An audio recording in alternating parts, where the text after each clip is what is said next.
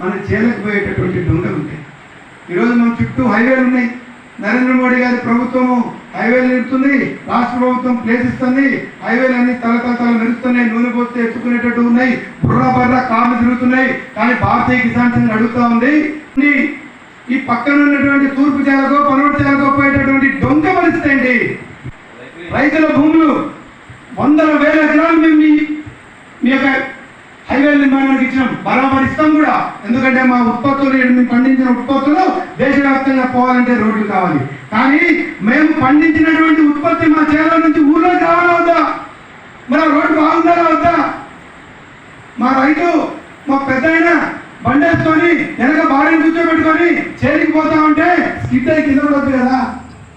Tractor మీద లేకపోతే tractor సౌరంగా రావాలి కదా. మరి హార్వెస్టర్ చేతికి సాయం పోవాలి కదా. అంటే మనకు కూడా 60 ఫీట్ల రోడ్డు 30 ఫీట్ల రోడ్డు కావాలా వద్దా?